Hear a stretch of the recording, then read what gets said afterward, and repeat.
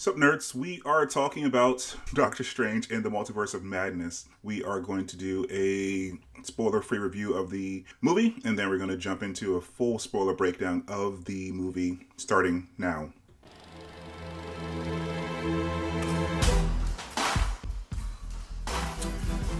Welcome to the Nerd Social. I am Nathan. I'm Colin. I'm David. I'm John. Hey, so if you don't know, the Multiverse of Madness came out on Friday, and the spoiler-free logline for this movie is Doctor Strange cast a forbidden spell that opens the doorway to the multiverse, including alternate versions of himself, whose threat to humanity is too great for the combined forces of Strange, Wong, and Wanda Maximoff. Don't know if that's an accurate description of the movie, but provided. Colin, what did you think of this movie? So I watched this movie on Friday, so it was definitely in the afternoon right before the evening rush and things like that. And I think that it's definitely, so coming back to let's go back to the Marvel movie universe, okay? We're not talking about Disney Plus or anything like that because Moon Knight just wrapped up, and so it has nothing to do with Moon Knight at all. So but in any case, I think that picking up from where No Way Home was with Doctor Strange, it definitely feels as though it's another story. It's like another continuation of that story. But in some ways it's weird, but it is acknowledged, but not really focused on what happened the last time we saw Doctor Strange. But overall, I just felt that there's definitely some gripes that I have about the movie, and John and David and I were discussing it before, and we can dive into it as we get into the spoiler talk. But I think all a very decent presentation, and it's definitely not, I would say, not top 10. It's probably going to be right near the middle part of it. We're at 27 movies so far, so I would say half of 27 is like around 13, 14. So that probably would be where I would put it in terms of the ranking so far. Just by my initial impressions, I'm probably going to see it once more just to get another deeper impression. But overall, I would say a solid presentation, but definitely not in the top 10 of all the MCU movies we've seen so far. Okay. David, what do you think? I saw it on the midnight on Thursday, and I enjoyed it. I agree with Colin. It's not in the best of all the Marvel movies, but I would say somewhere in the middle. And there's some things I like about it, and then there's some things that I feel like the directors disregard a few things from previous Marvel movies and shows, which Colin and John and I talked about it offline about it, which we'll dive into a bit later. But I liked how they bring in a lot of surprises into this movie that I did not expect, that wasn't revealed in the trailers, which I appreciate a lot. It's basically, but it does acknowledge a few things, but even though there are some things that you'd be questioning, like, what happened here? But I enjoyed it.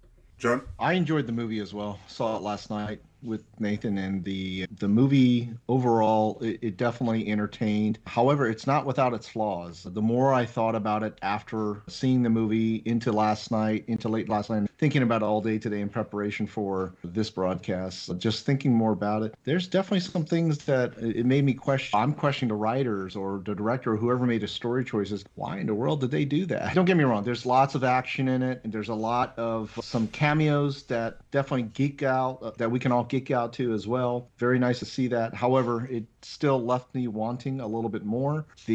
For a movie that has the word multiverse in it, I expected just a little bit more. Maybe that's what helped set some expectations there or what, but we'll definitely get into that into the spoiler reviews as well. So the more I thought about it, my enthusiasm for the movie after watching it went down a little bit. So coming out of theater, one of my kids asked me, hey, what did you think? What would you rate it? I said 8 out of 10. But the more I think about it, I think it's closer to a 7 out of 10 now. So I agree with Colin. It definitely ranks probably somewhere in the mid-teens for me if you look at the overall ranking of the MCU movies. Still enjoyable, just for people out there with families. There are some slight horror elements in there to be aware of if you've got younger kids. Definitely a director who loves horror type filmmaking. That's where his bread and butter was. So you can expect a little bit about that. That's certainly where he feels most comfortable. But overall, I think it's still a pretty nice addition to the MCU. Very different from the other ones, but still very nice. It's nice to see something different. Nathan, what did you think? I wanted to like the movie more than I did. I and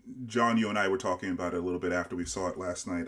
I like the movie, but I feel like the sum isn't greater than the parts. There are definitely great parts of the movie that you can rewatch and that are really cool. But I think I'm right where you are in ranking. It's probably like a C effort for me, or a 7 out of 10 for me. I didn't in my logline talk about the cast, but I think most people know who the cast is. So Benedict Cumberbatch is playing Doctor Strange. Elizabeth Olsen is a big part of this movie as Wanda Maximoff. And then everyone else, they're smaller parts. Chiwetel Ejiofor comes back as Baron Mordo, and Benedict Wong is playing Wong. Xochitl Gomez is a newcomer playing America Chavez, and we get Rachel McAdams as Dr. Christine Palmer. I think that for a Doctor Strange movie, he isn't necessarily the main character, and that's not really his fault. It's really the writer's fault. And there's some other issues that I have with the writer of this movie. The writer of this movie is actually the writer of Loki, and I think he did a much better job in Loki. He is Michael Waldron. He also seemed to have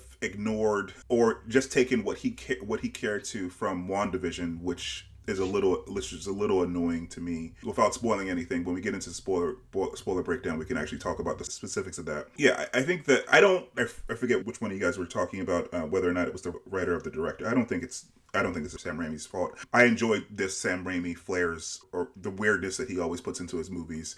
It actually made this a little bit different than other Marvel movies. That's not the issue that I have with this movie. The main issue that I have with this movie is the writing and the weird characterizations of characters that they're either underwritten or written wildly differently than they have been in the past. And one of the appeals of Marvel in general has been it's like improv. And this writer decided to, instead of saying yes and, he was like saying, no, I don't want to take what you said. I'm not going to expand on what you said. I'm going to go in a completely different direction, which is weird because it makes the experience of being like a Marvel fan diminish, because it means that you don't have to watch this television show or this movie, because the next writer who picks up the baton is going to completely ignore continuity or character arcs that were established. So that was my main issue with this movie. But again, there were some cool parts, so it's not like a D effort. There are some cool things that you could rewatch, and we'll talk about that. But those parts don't make the whole movie better, and that's my general take without getting into the specifics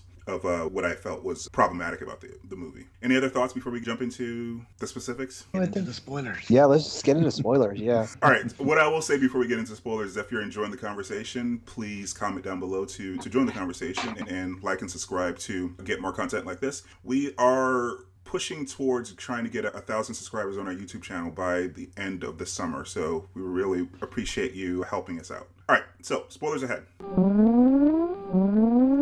So, where do you guys want to start? Let's see. Want to start with the Illuminati or the cameos? Sure. Let's start with the cameos. Sure. We don't have any screenshots of the cameos, because of course those weren't in the trailers. But what I will say is, the cameos were. That's one of the things that I was a little annoyed about. Like, it was cool, but also they had them get murked too easily. Like, it was too quick. It was too quick. Yeah, if they're going to add these people, I don't know what the point of adding them was, to show that they aren't that powerful, because they're not going to use these actors again. They're not going to use these actors again. So this isn't the real Black Bolt, or this isn't the real Mr. Fantastic. So these characters are not equipped to actually take on Wanda. But like they killed Thanos before he snapped. So they're strong enough to do that. So I don't have an issue with the fact that Wanda beat them. I think that showing that she's that powerful was the point, but they fell over like chumps too quickly for me. I agree. They went nuts. Yeah, I just think that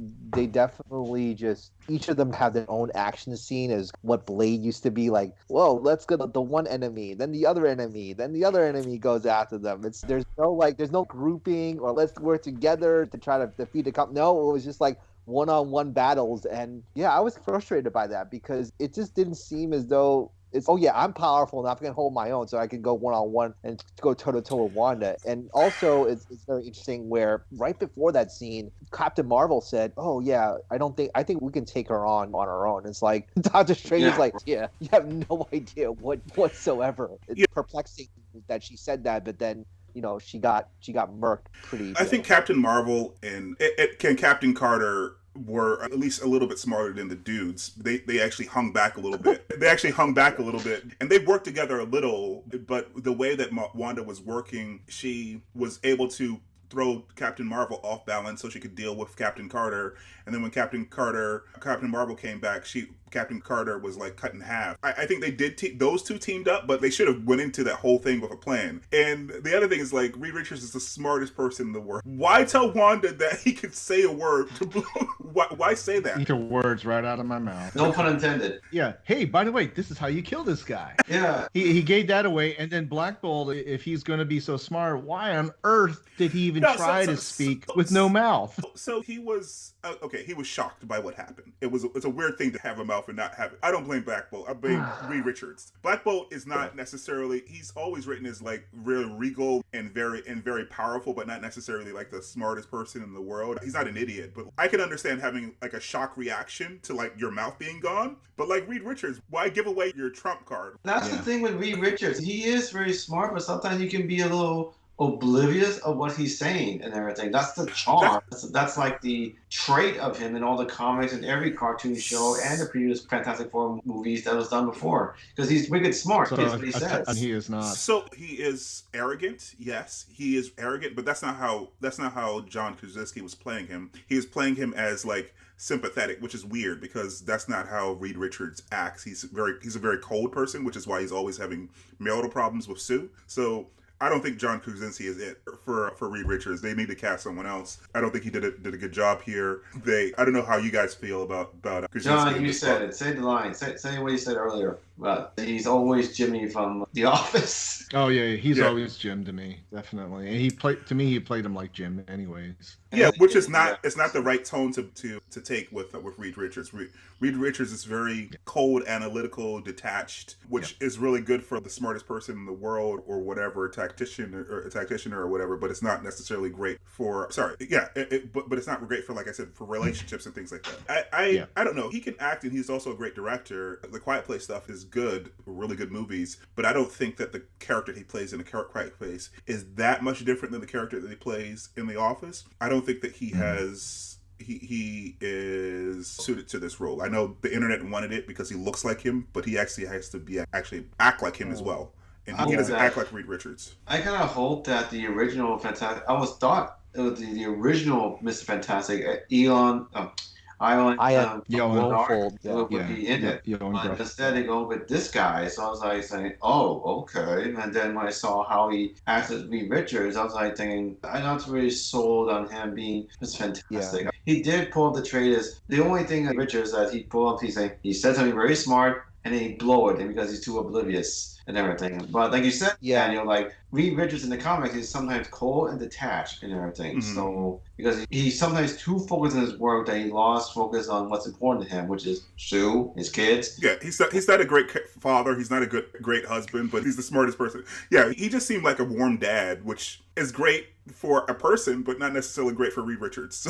So yeah. Yeah, it's interesting because I think that maybe there are now Marvel fans that are just reconsidering that, and I think that they were just putting their toe in the water. He was say, "Oh, let's see if this." Which is fine, and also they killed him very easily. So I would assume that whoever they choose for Reed Richards is going to be a little bit smarter and a little bit more.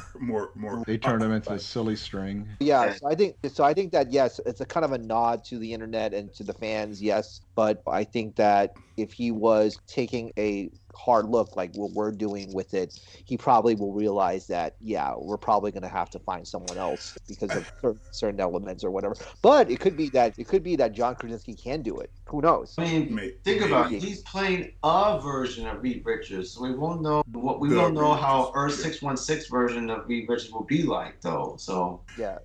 All right. So going through because the other cameos that we talked about, Carter, we talked about Captain Marvel. She lasted the longest, which you would expect, but you would expect her to last a little bit longer. Now, I don't mind them saying that Wanda is stronger than Captain Marvel. She did rewrite the entire universe or whatever in House of M. She's very powerful. But Captain Marvel is not like a mutant. But if she was a mutant, she'd be like an Omega level mutant. She's very powerful. That fight should have lasted longer. It was ridiculous that it was over that quickly. Putting aside Reed Richards' blunder, they should have been able to take her out with Black Bolt. If Reed Richards didn't say what he was, but if they couldn't take her out with Black Bolt, Captain Carter should have been able to have a longer fight.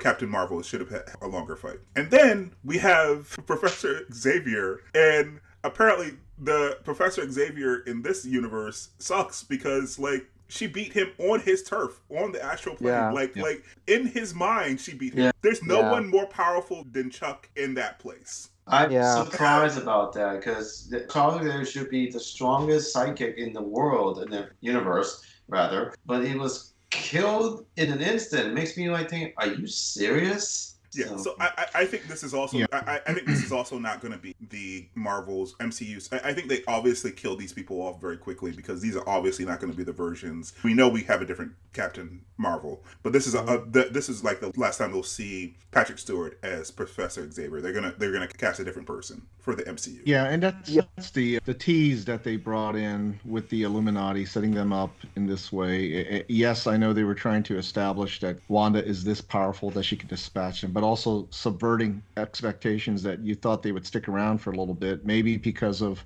what we saw in Spider-Man No Way Home. I sure thought they would stick around just a little bit longer than one fight. Yeah. And sure enough, boom, they're done within minutes, including Professor Xavier. And by the way, I do want to reference that scene in the mine when we talk about Wanda later, but so I'll stick a pin in that one. So this is what I was talking about when sum is it greater than the parts. This is a cool part, but it doesn't make any sense in the movie.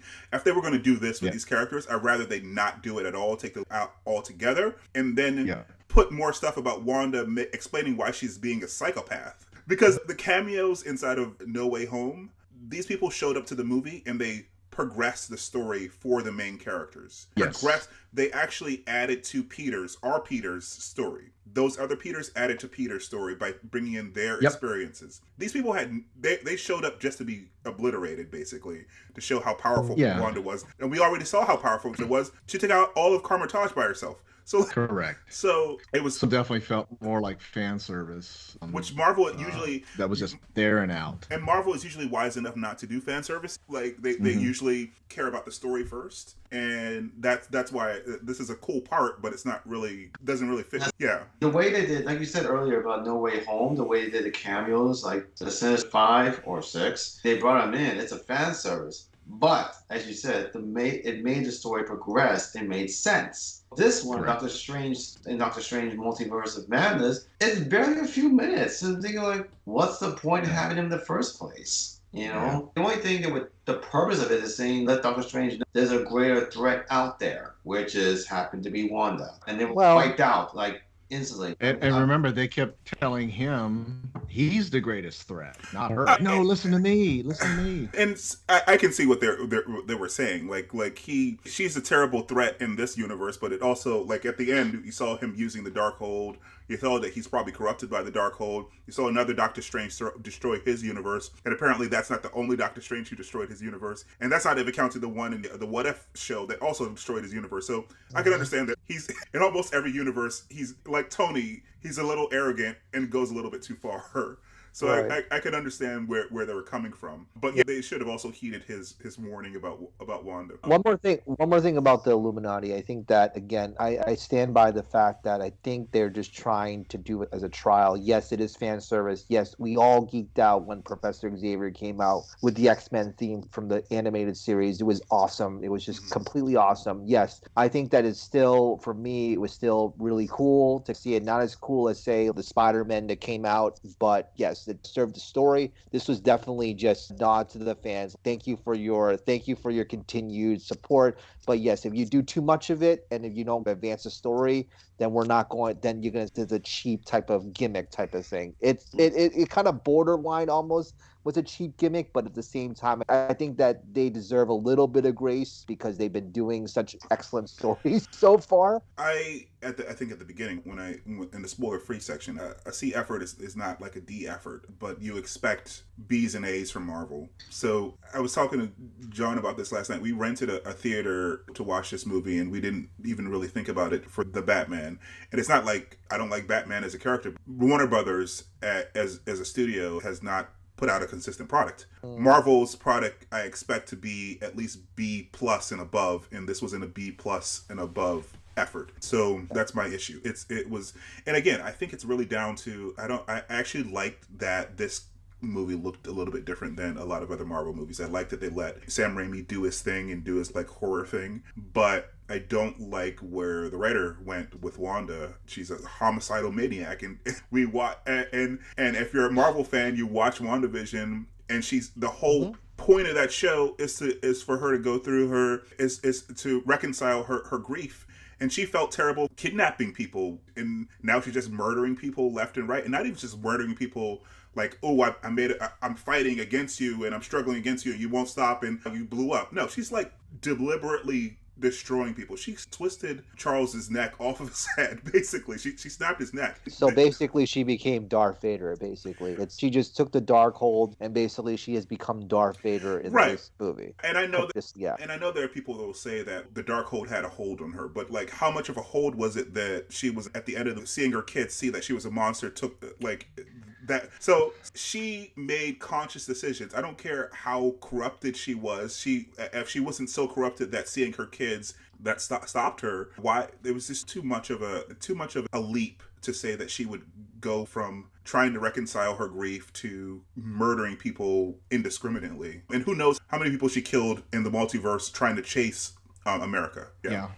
That route that they took with Wanda, in addition to all of that, if you were to contrast that, and the guys and I were talking about this before our call, was if you contrast that to, granted they had 9 episodes in WandaVision for her to bring her to show the grief, how she dealt with it. She didn't really mean to do it that way, but then once she came to her senses, she had remorse for how it all came down. And to jump from that to this movie here, it just undid all of that, took steps backwards in her arc. And on top of all that, one of the things I was pointing out was in that show, you had people who didn't even know her, like Monica Rambeau didn't even know her, just only hero worshiping, trying to appeal to her goodness, right? Saying, you don't want to do this, you got to come out of this, you have to understand what you're doing here and all that stuff. But in this movie here, it's like, other than Charles Xavier, just in that one scene where he's in the mine trying to help her from the rubble, that was the only attempt I saw where they're actually trying to save her rather than either take her down or something like that. I think people tried to talk her out of it throughout this entire movie, but they wrote her in such a way that she was single-minded and like crazy. So you made me remember a couple points. This makes Monica Rambeau, Darcy, I forget the FBI agent, Jimmy Lee. It makes them seem like idiots, and the guy and the villain of that show seem right. Because it seems like they should have put her down. That's another thing that annoys me. It makes them seem like he was like, she's too dangerous, she needs to be put down, and they saw her humanity. It makes them fools. Oh gosh, Hayward like, I don't know. I was going to make some videos. You're going to see the next. I'm sure you're going to see a YouTube video. Some channel will make it. Hayward was right.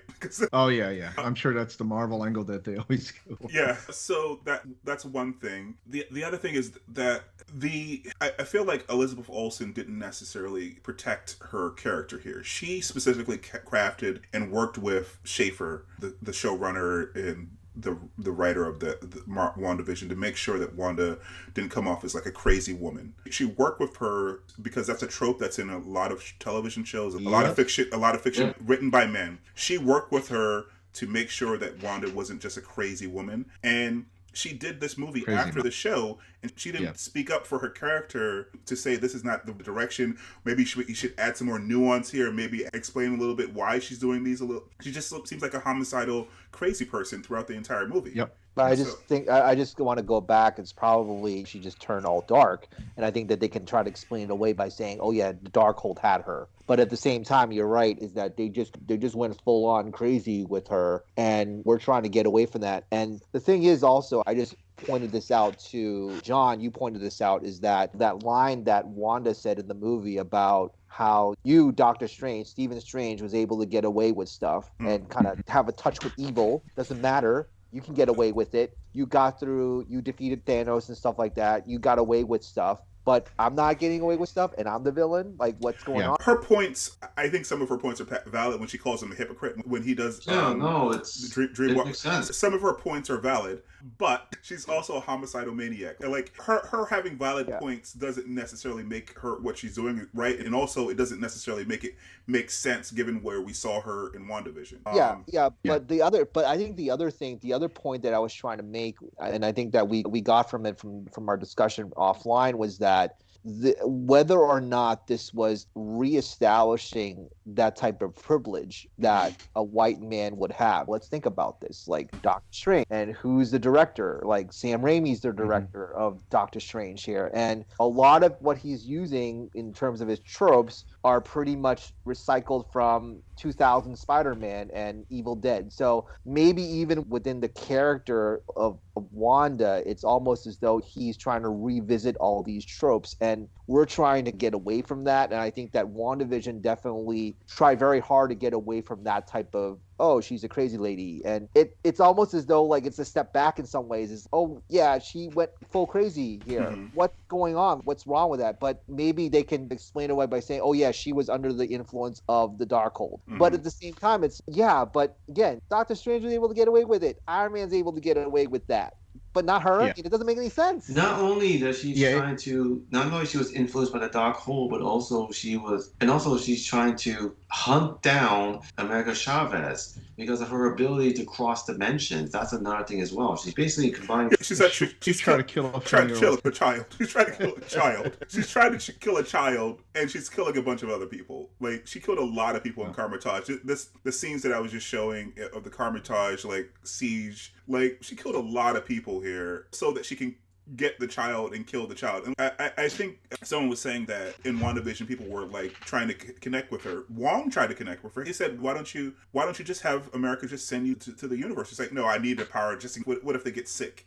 I hated that throwaway line too. Yeah. That was just like their way of trying to justify why she has to hunt down and steal this girl's power by killing her. But to your point, Nathan, about her becoming homicidal maniac, how the hell did we get there? From WandaVision to jump right into that, yes, she's got the Darkhold or whatever, but just to turn her into that right from the outset of the movie, I would hate to. I hope people will learn by now to just not walk into any MCU movie blind without any other previous movies and watching that. That was also, I think, a disservice to certain folks if they're trying to get a pretty good jumping on point for some of these fans coming or moviegoers going in. They're probably like, what the hell is going on here? Who is this bad guy that was supposedly a friend that all of a sudden turned on the fellow superhero, murderous rage? Or what if you watch Endgame and then this is the next movie you watch? But you watch the end of WandaVision and you thought, oh, she's on a better path and all that, and then all of a sudden turns into, I didn't expect that. I didn't expect that the forest was all fake and she's ready to burn shit down. It didn't look right. So what apologists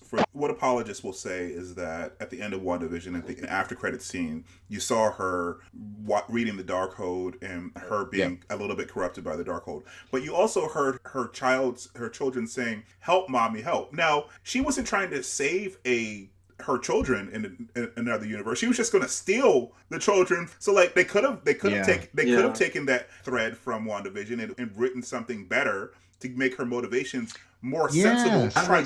She was trying to save them, as opposed to trying to steal someone else's children and kill the mother. Yeah, so just the fact that they made her flat out a villain, it didn't sit right with me. It really didn't. As soon as I saw that's what they were doing, I heard rumors of it or read about it and stuff, and then I'm leaning over to my wife, I don't like the way this is going. I really don't. And sure enough, by the end of the movie, I'm just like, oh gosh, they really did go there. They went there with her, and to the point where it's, how do you redeem yourself from that? How do you come back from that if you're Wanda? Even if you're somehow resurrected in a new movie. Are they going to make her Loki as a murderer villain too? But they made him a fan favorite, so are they going to go that route too? You didn't see Loki. You got to imagine that Loki probably killed more people than Wanda did, especially in New York. But you didn't see him with his own hands killing a bunch of people. So people, I think, are a little bit easier. He died in the Avengers. Coulson. He killed Coulson, but in that entire movie, he killed less people than Wanda did in a few seconds of this movie. Like, she killed a lot of people in Carmitage. She killed a lot of people. I'm not saying he's not a murderer. I'm not saying he's not a murderer. I'm not saying he's not a bad guy.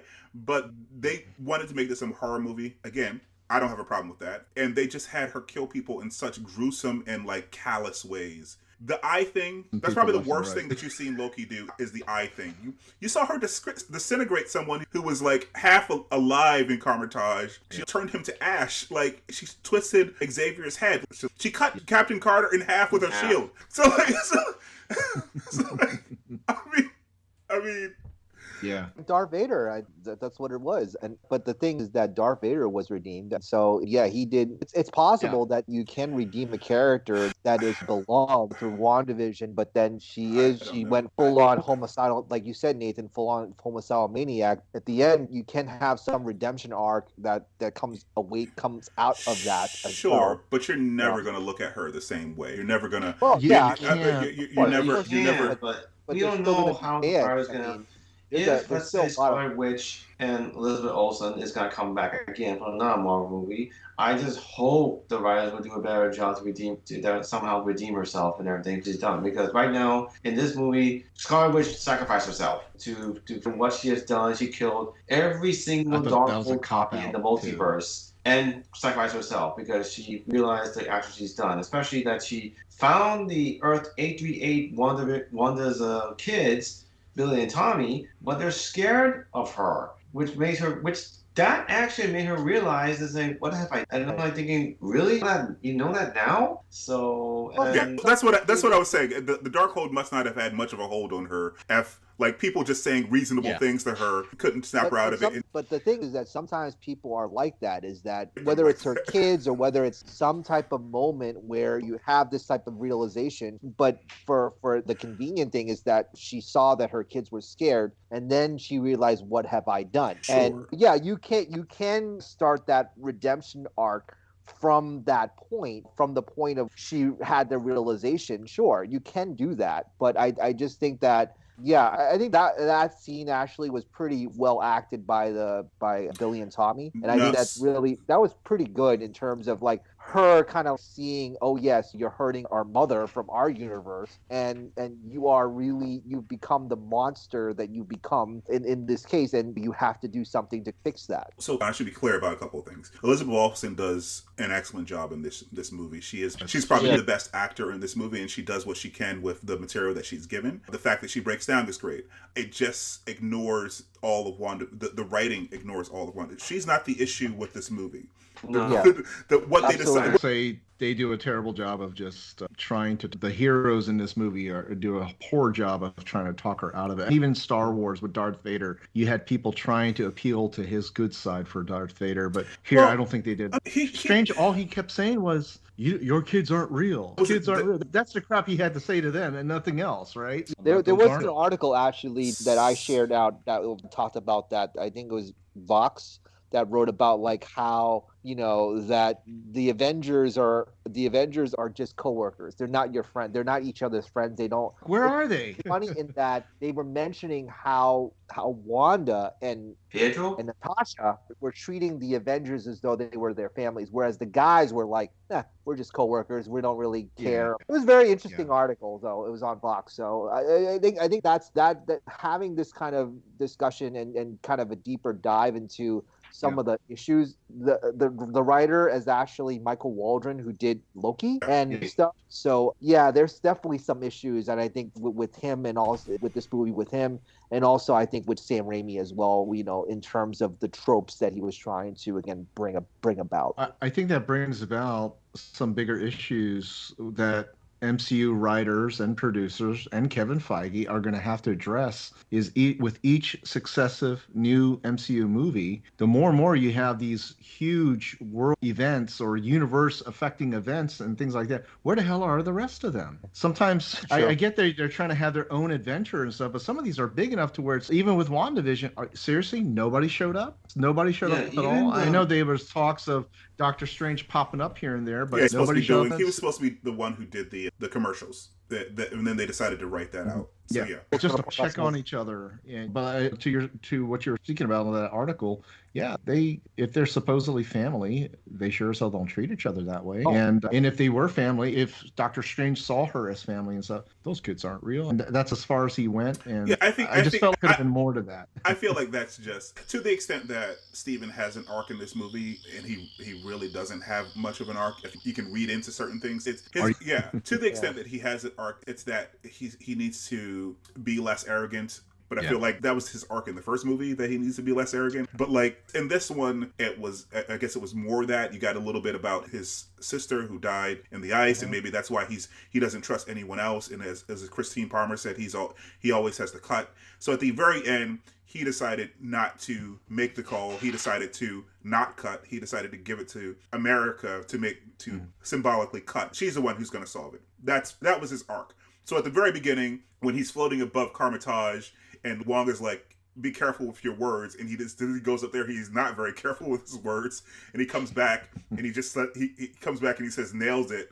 Like, that's who he was at the beginning of the movie. So to the extent that he had some growth, that was the growth that you're supposed to see. Although they like erase that growth, because at the end he's apparently corrupted by the Darkhold. But maybe also his growth is also there was some carryover. It's like he's now stewarding another teenager. First of all with Spider-Man, now it's America Chavez. So he's kind of. I feel like that's Wong's job. Because He's in New York.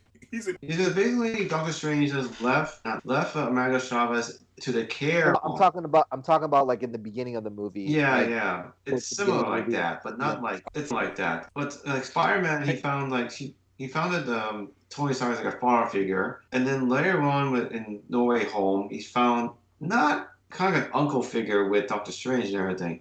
With America Chavez, is Doctor Strange taking in a stray puppy and then left him to a better home and everything with kind of things, especially better use of his powers. I'm not sure that's the best analogy, but that's what I get. Yeah, I think that's a good analogy. Like he saved the puppy from being run over by a car or whatever, but he's not taking care of the puppy. He just sent it to a shelter or something like that. So it's not like he's taking on more responsibility or anything. He was there for the acute situation, but I think she was actually in the sanctum in New York.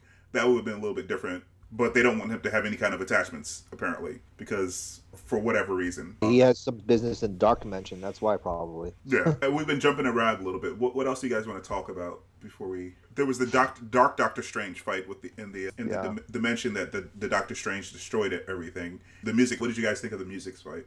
Oh, that was pretty cool. I thought that was really good. Well done fight between the two Doctor Strangers. I give Benedict Cumberbatch and my hats off to him for playing a lot of Doctor Stranges, and like especially Sinister versus Doctor Strange and fighting against each other. I was like, geez, that's a fight of mirror. He does a good job. I don't think any of the acting in this movie is bad. After seeing Moon Knight, it's a little bit like seeing someone who play against themselves. He does a good job. It's not like Moon Knight level or Oscar Isaac level good acting, but it's still good acting. That's not an issue that I have with this movie, and I really appreciated that. That fight was cool. I think some people didn't like it, but I liked it. It was good. Again, it was a very good part, but it doesn't make the whole movie better. But it was an inventive way to show their powers and them fighting with each other. Yeah, I liked it. I also Xochitl Gomez's performance as well. I think that it's a good introduction to her being in the MCU, being able to jump dimensions and things like that. I really do. I think that she did a very good job with what's been given to her, and hopefully we can see more of the teenage Avengers. You know, they're obviously trying to set that up. Young Avengers. They're trying to set that up for future MCU movies or Disney Plus shows. But in any case, she did a pretty solid performance. Yeah. Speaking of, I'm sorry. I was going to say, she, like you said, with what she was given, she wasn't given a lot, unfortunately. A lot of this movie, another issue or one of the main issues with this movie is that it's a bunch of setup of other things, but they don't really care about the plot in this movie specifically. It sets up a lot of things for Strange. It sets up potentially some things for Wanda. It sets up things for America Chavez, but they didn't really take much care for what the story was in this movie. Sorry, go ahead. Sorry, John. You were saying? I was just going to say, speaking of Disney Plus, just going back to the Illuminati, I want to see more live action Captain Karl. I want to see more live action Black Bolt. We Anson Mount. What a nice way for him to come back. If everyone watching remembers, the ABC put out a show called Inhumans that's supposed to focus on the Inhumans, especially the royalty there. But Anson Mount was on that show. It got panned. It didn't do very well. Not enough viewers. They canceled it after one season. I don't even think it made it to the end of the season before they canceled it. But Anson Mount was Black Bolt on that show. They left in Inhumans. They left it out as a cliffhanger, and that's it. And then it's supposed to... Yeah, I didn't get to watch it, but I know he was on that show. But for them to even use him at all and with a very comic book accurate costume of as Black, I thought that was pretty cool. But it made me want to definitely see him. If they're going to go with a Disney Plus series in some way, I would love to see how they redo the Inhumans doing it right this time. So that's definitely one. And then America Chavez. I would like to see a Disney Plus series on that too. Yeah, it was cool to see a mutant, an Inhuman, a Captain Marvel, and a Fantastic Four member all in the same place. That's cool to see. But again, I don't know how much it served the movie. It was fan service. It's fan servicey. I want to see. I want to see some interesting stories with these characters.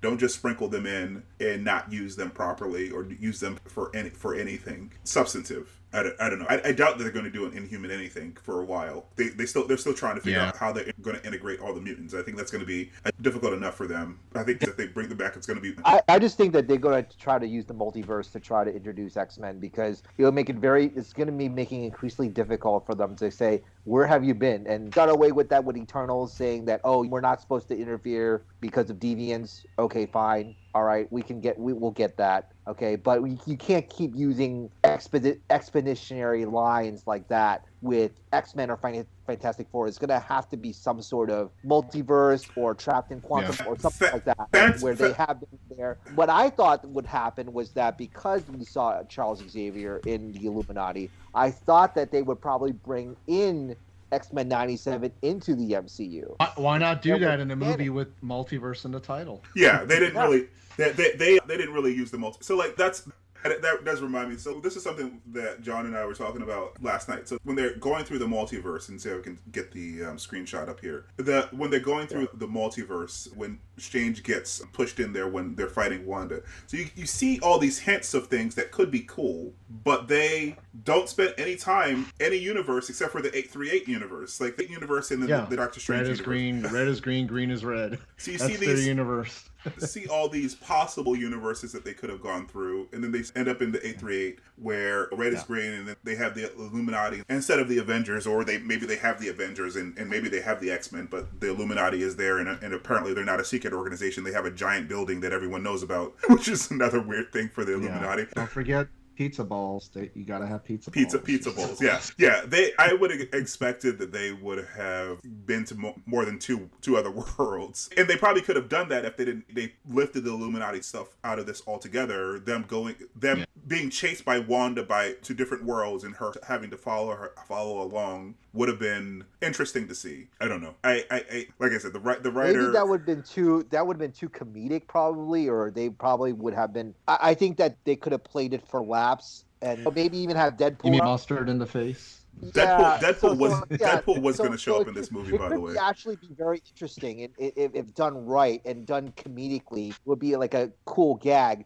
But I just think that would be nicer to have Wanda actually chasing them through the universe. But the tone itself is not like that. Sam Raimi's all about horror and stuff. He's not about. So the other thing is that I found it very weird is that there's not many quips here. Like you're expected to see the typical Marvel have quips. No, not many. There wasn't nothing like that. They were going for a horror movie, which is fine. I didn't have an issue with that. That's not. They just didn't make a good movie. They made an okay movie. They made an okay horror movie. I didn't have an issue with them not making a lot. I mean, there were a couple jokes here and there, like Doctor Strange jokes, like dry jokes that he made. I think you could have, depending on the kind of person you are, seeing the Black Bolt thing is funny. I just thought it was like horrifying. That's the reaction I had. I was like, oh. Yeah. I think they were just going for a different tone here. I don't know. There are people that are going to love this movie because they have a bunch of like comic book characters in it and they pan the Eternals, but the Eternals is a better movie than this, I think. I believe it that. is. I agree. Yeah. Yep. So I don't know. Anything else you guys want to talk about? There's a bunch of things in the movie that we didn't talk about. There's a Fender Strange. There's the Wonder Gore is in this a little bit, and yeah, Wonder Gore is in this a little bit. We have a little bit of stuff with Christine Palmer, but they didn't really give her much to do. They didn't really give McAdams much to do. We see a couple versions of her, but she gets married in this movie, and she moves on, which is fine, and she's there to serve. I mean, Christine Palmer, everyone knows that she is the first love interest of Doctor Strange. But in this one, she didn't play much of a role at all, besides being like the groupie, basically, that comes in and help out and everything. That's it. At the beginning, we see her getting married to another guy who happened to be a former coworker of Doctor Strange, actually. And that's when someone asked him, "Are you happy?" And then later on, we get to see Sinister Strange asking him to give me your Christine. And this Doctor Strange, I don't think it's a good idea. Yeah. And then later on, at the end, he tells the other Earth 838 Christine Palmer version, saying that I still love Christine. And then he lets go, and he finally lets go. And then all of a sudden, we get in the post-credit scene, we see the second love interest, which is, help me out, guys. Clea. Yeah. She's his wife at some point in the comics, which you have to go deep cut or you'd be a real big Doctor Strange fan to know that. So I don't know. I don't know what they promised Charlize Theron to show up in this movie, because she's a fairly big actress, and that's a kind of very obscure part. Although they did get Julia Louis-Dreyfus to show up as a very obscure part. Maybe, and the fact of the matter is it might be an obscure part in the comics, but if they get an actor that big, they'll make it a bigger part in the MCU. So maybe that's what she was. My prediction is either going to go that route where she's going to appear throughout cameos pretty much throughout movies, sprinkle related, and then when they do the team up, then she'll be part of the team up, or they're going to go Cate Blanchett, basically big name actor, one movie, that's it. Part of it is because Charlize Theron, like you said, Nathan, Charlize Theron has she has like a couple of franchises she's in, Fast and Furious, I think Old Guard. They're going to try to make another Old Guard movie. Old Guard, yeah. So there's gonna she has work. Let's just say that she has a lot of work. So it's either gonna be either a one-off movie or sprinkle her in throughout several movies where she gets her paycheck, gets some work in for Marvel, and then have some Marvel gravitas. Helps out both sides. Yeah, I like this. The CGI in this New York scene was a little off for me, but in general, I like the beginning of this movie here. Not just this, but the Defender stuff, the Defender Strange stuff was good. So this sequence was again good, but it also speaks to what I was talking about earlier, where they're great parts, but the whole it doesn't necessarily hang together properly. So you like the part where they took out his eye? I mean, that was like. Well, it's horror, so what can I say? That's Raimi all the way. Yeah, it's Raimi. So yes, that stuff is what you expect from Raimi. But yeah, I don't know. Like I said, I think we all are a little mixed on this movie. Anything else before we wrap up? Anything else that you want to? I just want to point out. I want to know where Wong got his outfit, because I want it for Halloween. Yeah. I think I heard someone say that.